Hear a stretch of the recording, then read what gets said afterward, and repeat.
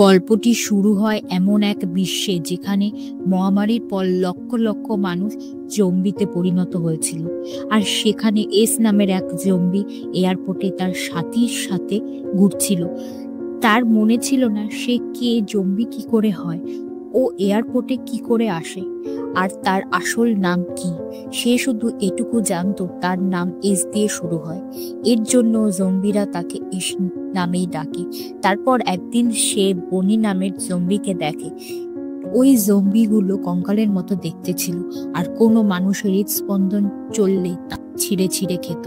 তারপর এস তেমনি চলতে থাকে, আর তার খুব মন খারাপ ও একাগ্রতা ছিল, কারণ সে হেঁটে হেঁটেও কোথাও পৌঁছতে পারছিল না। কিছুক্ষণ পর সে তার ভালো বন্ধু এমের কাছে যায়, আর তারা দুজন আজব আওয়াজ করে একে অপরের সাথে কথা বলার চেষ্টা করছিল। আর দুজন খুব ক্ষুধার্ত ছিল, তাই এস ও এম অন্য জম্বিদের সাথে খাবার সন্ধানে বেরোয়। অন্যদিকে জুলি নামের একটি মেয়ে তার সাথীদের সাথে শহরের সুরক্ষিত এলাকার থেকে বাইরে বের হয়, কারণ তাদের এক ওষুধের খুব দরকার ছিল। তখন জুলি পেরির হাত ধরে, কিন্তু পেরি হাত ফেরত নিয়ে নেয়। তারপর সবাই জুলির বাবা কর্নেল গ্রেগিওর একটা ভিডিও দেখে। সেখানে তিনি বলেন জম্বি কিছু অনুভব করতে পারে না, আর তাদের রক্তও থাকে না, তাই তারা ভয় না পেয়ে জম্বিকে মারতে পারে। তারপর পুরো গ্রুপ বাইরে চলে আসে। তারপর জুলি ও তার সাথীরা একটা ল্যাবে ওষুধ খুঁজছিল। তখন আচমকা এস এম ও বাকি জম্বিরা তাদের উপর আক্রমণ করে। তখন পেরি এসকে আঘাত করে, কিন্তু তাকে হত্যা করে না। তার মধ্যে এসের নজর জুলির ওপর পড়ে। তখন প্রথমবার এসের অনুভূতি হয়, আর তখন সে জুলির দিকে এগোয়। তখন পাশের থেকে পেরি এসকে গুলি করে। তখন সেই মুহূর্তে এস পেরিকে মেরে ফেলে। আর জম্বিরা মানুষদের কামড়ালে তারা জম্বিতে পরিণত হয়। কিন্তু মানুষের ব্রেন খেয়ে নিলে সেই মানুষ জম্বি হবে না। সেই জন্য এস পেরির ব্রেন খেতে শুরু করে, কারণ সে যদি জম্বি না হয়, তার ব্রেন খাওয়ার পর পেরির সমস্ত স্মৃতি এসের মস্তিষ্কে চলে আসে। পেরির ব্রেনের সাহায্যে এস তার ছোটবেলার স্মৃতি ও তার প্রথম প্রেম জুলির সম্পর্ক অনুভব করে। পেরির স্মৃতির জন্য এস জুলির ওপর আরো বেশি আকৃষ্ট হয়। তারপর এসের আরো কিছু অনুভব হচ্ছিল, তার জন্য বাকি ব্রেন পকেটে লুকিয়ে এসে জুলির দিকে যেতে থাকে। তখন জুলি তার বুকে চাকু ছুঁড়ে ঢুকিয়ে দেয়, কিন্তু এস চাকু বের করে জুলির খুব সামনে চলে আসে। তখন সে তার রক্ত জুলির মুখে লাগিয়ে দেয়, যাতে বাকি জম্বিদের মনে হয় জুলিও তাদের মতোই জম্বি। তখন এস জুলিকে বলে সে এখন পুরো নিরাপদ ও তাকে সেখান থেকে বাইরে নিয়ে যায়। তখন তাদের পাশে থাকা জুলির বান্ধবী নরা সেই দৃশ্য দেখেছিল, কিন্তু সে কিছু করতে পারেনি, কারণ তাতে তার প্রাণ চলে যেত। তারপর বাকি জম্বিদেরও মনে হয় জুলি তাদের মতনই, তার জন্য কেউই তার উপর আক্রমণ করেনি। শেষমেশ জুলি তাদের পিছন পিছন এয়ারপোর্টে পর্যন্ত আসে। তখন এস তাকে নিজের প্লেনে নিয়ে আসে। সেখানে সে তার পছন্দের জিনিস সংগ্রহ করেছিল এবং তার কাছে কিছু গায়কের গানের রেকর্ড ছিল। সে জুলিকে আশ্বাস দেয় যে সে একদম নিরাপদ, কিন্তু জুলি তখনও খুব ভয় পেয়েছিল, তাই সে চাকু ধরে বসেছিল। তখন এস তাকে কিছু সময় একা কাটাতে বলে, আর সে বাইরে যে পেরির ব্রেন খেতে থাকে, যাতে এস জুলির সম্পর্কে আরো জানতে পারে। তারপর সে জানে পেরি জুলির বাবার কাছে সে নিজেকে প্রমাণ করতে চাইতো, এবং পেরির বাবা যখন সে জম্বি হয়ে যায় তখন জুলিও তাকে গুলি করে। এরপর এস জুলির কাছে গিয়ে তার উপর কম্বল দেয় আর গান চালায়, যাতে জুলি কিছুটা বিশ্রাম পায়। তারপর সে জুলির সামনে বসে এবং হঠাৎ তার হৃদয় জ্বলতে শুরু করে, অর্থাৎ এখন তার হৃদস্পন্দন শুরু হয়ে গেছে।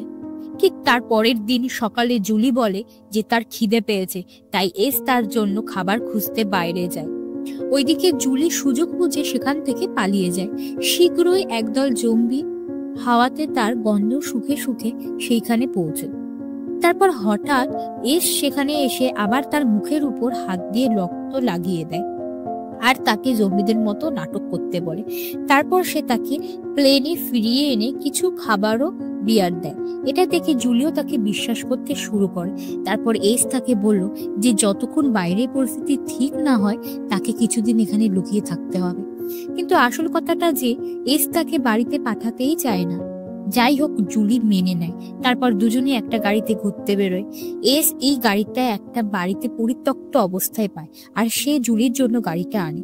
জুলি তখন খুব জোরে গাড়ি চালাচ্ছিল, আর এস শুধু তার দিকে তাকিয়েছিল। তারপর জুলি তাকেও গাড়ি চালানো শেখায়, আর এইভাবে এই সাধারণ মানুষের মতো কাজ করতে পারছিল। এরপর এরোপ্লেনে ফিরে সে গেম খেলেও গান শুনে সময় কাটায়। জুলি প্রায় এসের সাথে কথা বলতো, আর সেটা শুনে একটু একটু কথা বলতে শুরু করে। আর জুলি নাচ করত, বই পড়তো, আর সে শুধু বাইরে যাবার অপেক্ষা করত।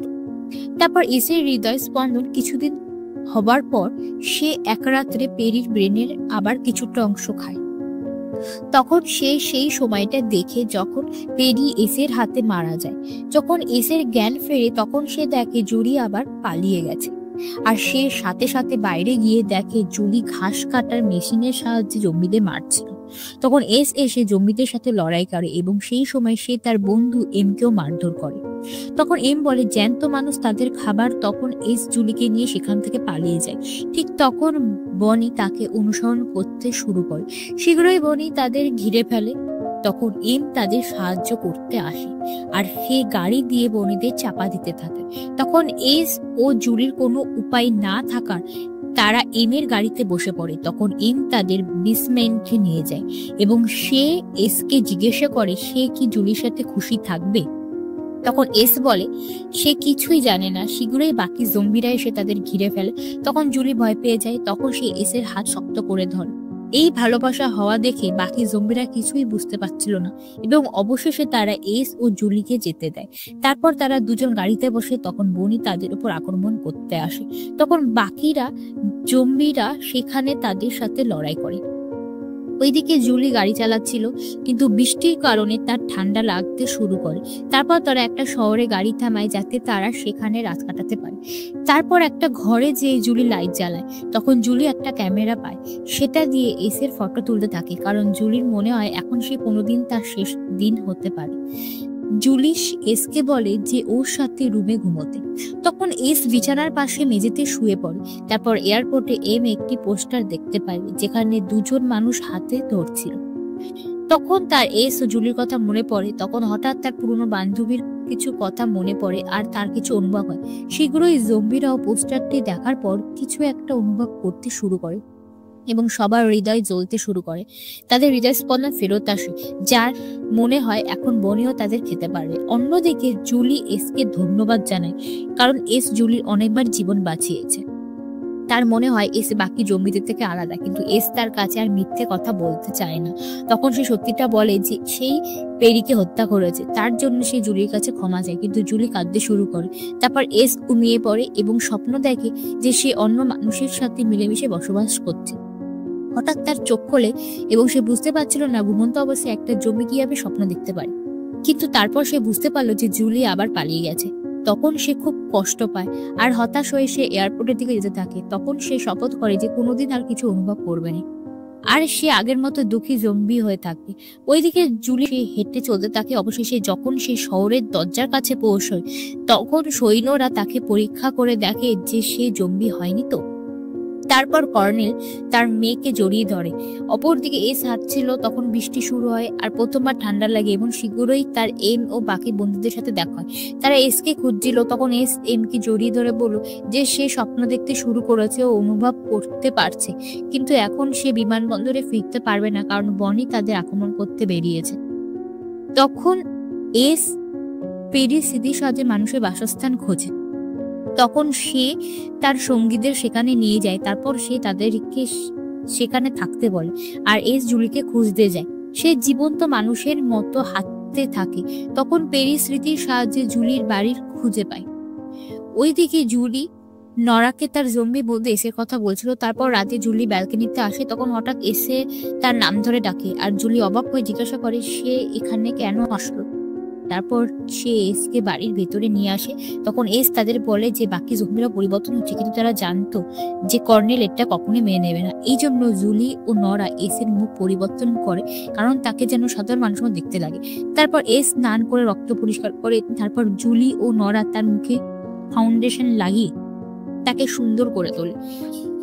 আর ওইদিকে হাজার হাজার জম্বি ও বনি শহরে ঢুকে পড়ে। তারপর জুলি, নরা ও এস কর্নেলের গোপন বৈঠকে পৌঁছে, কিন্তু সৈন্যরা এসকে আটকে দেয়। তখন এস সম্পূর্ণ মানুষের মতো কথা বলে, তার জন্য বেঁচে যায়। তারপর জুলি কর্নেলকে বোঝানোর চেষ্টা করছিল যে জম্বিরা পরিবর্তন হচ্ছে এবং আমাদের তাদেরকে সাহায্য করা দরকার, কিন্তু কর্নেল তার কথা বিশ্বাস করে না। তারপর এস সামনে এগিয়ে আসে আর জুলি তার বাবাকে বলে যে এস তাকে সবসময় রক্ষা করেছে। তখন কর্নেল এসকে গুলি করতে যায়, তখনই জুলি কর্নেলের মাথার কাছে বন্দুক ধরে। তারপর তারা সেখান থেকে পালিয়ে যায়। তারপর শীঘ্রই তাদের সাথে এমে দেখা হয় আর সেখানে হাজার হাজার জম্বিরা একটা বাহিনী প্রস্তুত করে। তারপর হঠাৎ বনিরা তাদের উপর আক্রমণ করে ও তাদের মধ্যে প্রচন্ড লড়াই শুরু হয় আর সেখানে থেকে এস ও জুলি পালিয়ে যায়। তখন কিছু বনি ও সৈন্য তাদের পিছনে দাঁড়ায়। তারপর বনি সৈন্যদের খেতে শুরু করে। তখন একটা জম্বি সেখানে এসে বনিকে হত্যা করে এবং সৈনিকদের দিকে বন্ধুত্বের হাত বাড়িয়ে দেয়। তারপর যখন সৈন্যরা সেখানে পৌঁছায় তখন তারা দেখে জম্বিরা বনির সাথে লড়াই করছিল, তারা বুঝতে পারছিল না তাদের শত্রুকে। তখন এম তাদের বোঝায় তারা মানুষদের সাথে আছে।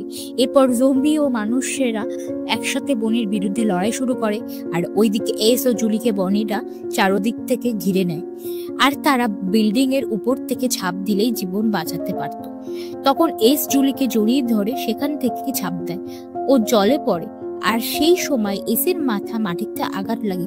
তখন জুলি তাকে টেনে উপরে তোলে, তখন তাকে কিস করে। তারপর এসের শরীর গরম হতে শুরু করে ও তার চোখ আবার নীল হয়ে যায়। তারপর কর্নেল এসকে গুলি করে।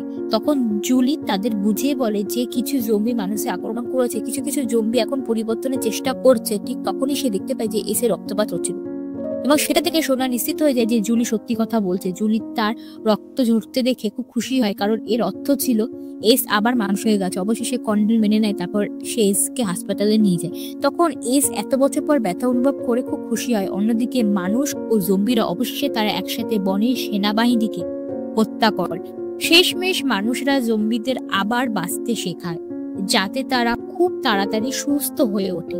তারপর একদিন হঠাৎ এমের মনে পড়ে যে তার নাম ছিল মার্কস, কিন্তু এস সুস্থ হবার পরেও তার নাম মনে করতে পারছিল না, কিন্তু সে স্বাভাবিক জীবনযাপন করতে পেরে খুব খুশি ছিল। এইভাবেই এই মুভিটি শেষ হয়। যদি আপনাদের ভিডিওটি ভালো লেগে থাকে তো please like, comment and subscribe করতে ভুলবেন না। Tata, by.